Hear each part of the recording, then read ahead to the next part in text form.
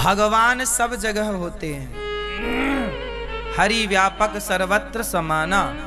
भगवान तो जोर से सब जगह है, तो फिर मंदिर बनाने की क्या जरूरत है? फिर मंदिर जाने की क्या जरूरत है? भाई भगवान तो सब जगह है, तो मंदिर क्यों जाएं? जैसे हवा तो सब जगह है,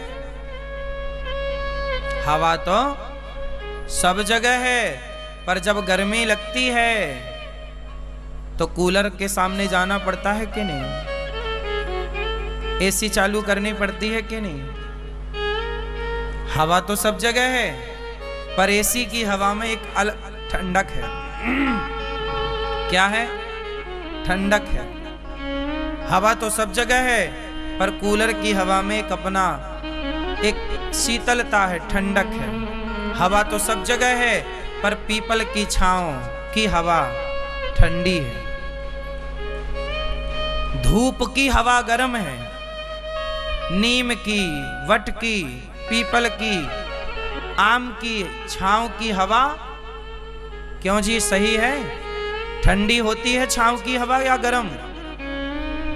जबकि धूप की हवा, हवा तो सब जगह है, पर जब गर्मी लगती है तो सब जगह की हवा काम नहीं करती, कूलर और एसी की हवा काम करती है। उसी प्रकार भगवान तो सब जगह हैं, परंतु मंदिर में भगवान कूलर और एसी की तरह हृदय को ठंडक पहुंचाने वाले हैं। मंदिर के भगवान तो एसी की तरह मन को ठंडक पहुंचाने वाले हैं। भगवान तो सब जगह हैं, पर भगवान की विशेष एनर्जी, विशेषता वहां है मंदिर में। मंदिर में भगवान का जो स्वरूप है, भगवान का विग्रह है, उस रूप में एक विशेषता होती है। सारे भक्तों ने उसे अपने चित्त में बसाया है। भक्तों के भाव ने, भक्तों के प्रेम ने उस विग्रह में प्राण प्रतिष्ठा कर रखी है। वो ईश्वर जो मंदिर में होते हैं ना, वो एक विशेष पॉजिटिविटी से भरे हुए होते हैं। एक सकारात्मकता आप देख लो, मंदिर में जाने से एक अपने आप आपको शांति का अनुभव होता है, एक अपनापन सा महसूस होता है। मंदिर कोई क्यों जाता है? कुछ ना मिलता तो मंदिर जाते ही क्यों? मंदिर ध्यान का केंद्र है, इसलिए मंदिर का शिखर होता है। क्यों होता है? बोलो भाई, ये बताओ, आपके मोबाइल में टावर मिलता है ना, नेटवर्क, तो नेटवर्क के बहुत बड़े नेटवर्क वो टावर गड़े हैं कि नहीं, लगे हैं कि नहीं, ऊंचे ऊंचे बड़ी टावर ऊंचे पे लगते हैं कि नीचे पे लगता है? क्यों लगता है? ताकि वो सैटेलाइट से कनेक्ट रहे और वो नेटवर्क लेकर और आपके मोबाइलों तक पहुंचाए। यही तो उसका काम है। वो सैटेलाइट से नेटवर्क लेता है और लेकर के उसे आप तक पहुंचाता है। बोलो हाँ, ऊंचे में होता है ना। इसलिए हमारे जितने प्राचीन मंदिर हैं, सबका शिखर ऊंचा है, क्योंकि ऊंचे में नेटवर्क मिलता है। परमात्मा का भी ऊपर तो स्काई में, आकाश में ईश्वर की पॉजिटिविटी का नेटवर्क तो है। जब उस मंदिर के नीचे बैठते हैं तो वह नेटवर्क पॉजिटिविटी का आपके भीतर प्रवेश कर जाता और आप पॉजिटिविटी से भर जाते हैं। जैसे मोबाइल में सिग्नल मिलता है, ऐसे मंदिर का वाइब्रेशन भी तो आप तक पहुंचता है या नहीं? पॉजिटिविटी पहुंचती। विज्ञान समझा रहा हूं मैं आपको। हमारे ऋषि मुनियों ने बहुत गहन चिंतन किया है मंदिरों पर, इसलिए मंदिर का शिखर ऊंचा होता है, ध्वजा होता है, गुम्मज होता है। ऊपर आपने ध्यान दिया होगा तो सोने के कलश होते थे पहले मंदिरों में, अब पीतल के होते हैं। क्या है ये? पीतल का कलश, सोने का कलश।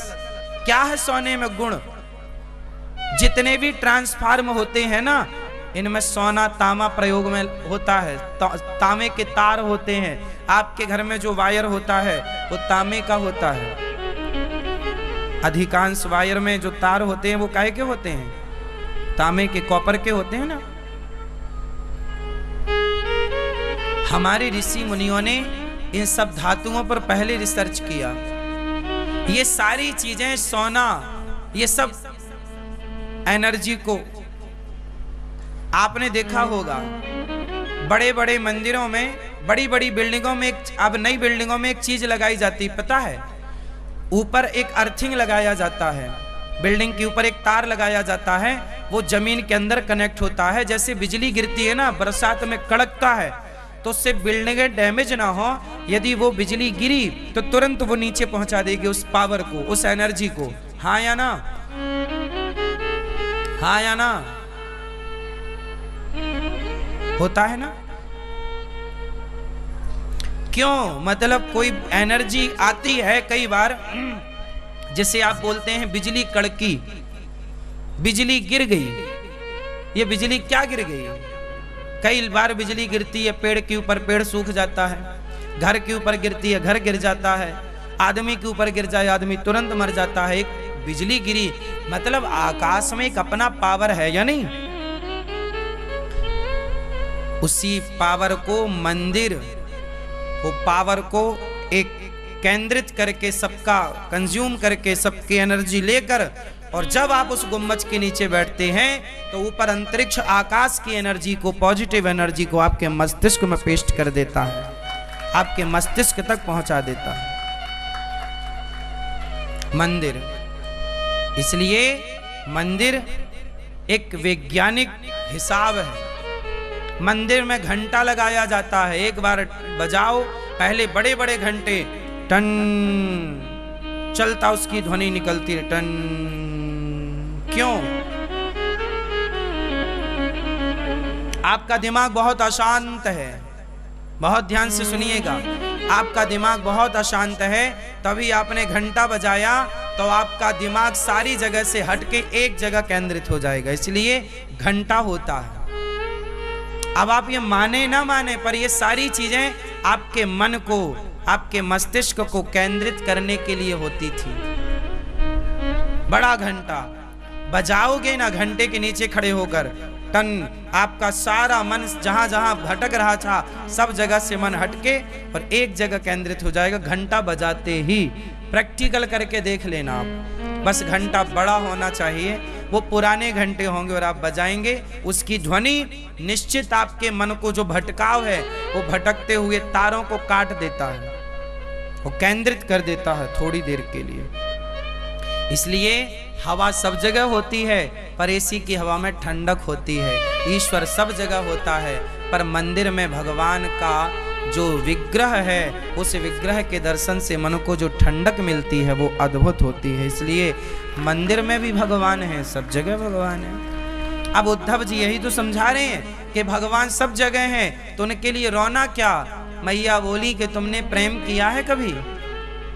बोले नहीं किया। बोले तुम नहीं जानोगे, जिसके पैरों में विमाई फटी ही नहीं, वो पीर पराई क्या जाने, और जिसने बेटी को जन्म दिया ही नहीं, वो बेटी की विदाई क्या जाने। सब चीजें सब कहाँ जानते हैं मेरी माँ। एक बात बताओ, कौआ काव काव करता है, क्या मतलब होता है उसका? बोलो, आप जानते हो? मिट्ठू बोलता है, आप उसका मतलब जानते हो? अच्छा ये बताओ, कौआ काव काव करता है मतलब क्या? कुछ तो बोल ही रहा होगा। कौन समझ रहा है उसकी भाषा? कौन? जोर से। कौआ की भाषा कौन समझता है? जोर से। कौआ ही समझेगा कौआ की भाषा। कौआ की भाषा, हाँ। चींटी की भाषा, चींटी की भाषा चींटी ना समझती तो एक के पीछे एक चींटी क्यों चलती? एक के पीछे ही एक चींटी क्यों चलती? तुम इंसान भी एक के पीछे नहीं चल पाते लाइन से, इतना डिसिप्लिन नहीं है जितना चींटी में होता है। एक के पीछे एक ही चलती है, हाँ या ना? ध्यान से देखा है? उनका भी तो कोई सुर होगा, वो भी तो कुछ शब्द होंगे उनके, लेकिन उनकी भाषा कौन समझ पाएगा? सिर्फ जोर से। चींटी की भाषा, अच्छा बंदर की भाषा कौन समझता? सिर्फ बंदर। और गाय की भाषा, और ये मक्खी और ये मच्छर की भाषा, यही लोग समझते होंगे। तो ये बताओ, प्रेमी की भाषा कौन समझ सकता है? हाँ, भक्त की भाषा कौन समझ सकता है? अरे भगवान की भाषा कौन समझ सकता है? भगवान की भाषा जो है, भगवान ने अपने भक्तों को अपनी भाषा समझा रखी है। तो प्रेमी जो भगवान के भक्त हैं, भक्त की भाषा भक्त ही समझ सकता है।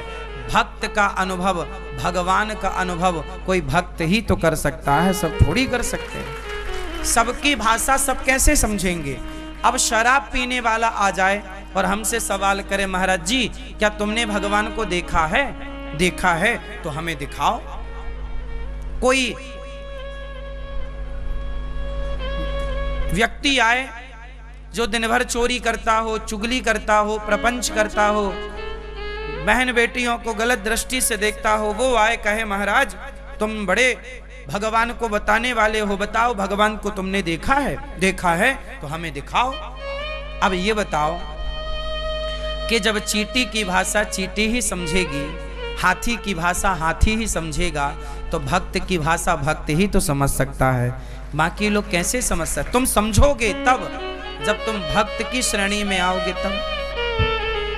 तो सबकी भाषाएं, अब लोग कहते हैं भगवान है तो दिखाओ। अरे भाई दिखते भी तो हैं, पर उसके लिए तुम्हें बनना पड़ेगा।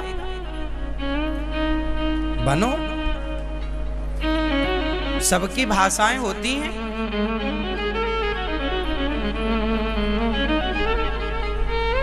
चिड़िया के घोंसला में जब सांप घुसता है तो चिड़िया चिल्लाती है, और चिड़िया ऐसे शब्द का प्रयोग करती है कि और चिड़िया उसकी मदद करने के लिए आ जाती है। मतलब संकट में जब वो आती हैं तो उनका अलग सुर होता है, जब वो खुशी होती हैं, नाचती हैं, फुदकती हैं तो उनका अलग सुर होता है। पर उनकी भाषा वही जान पाती हैं, हम और आप नहीं।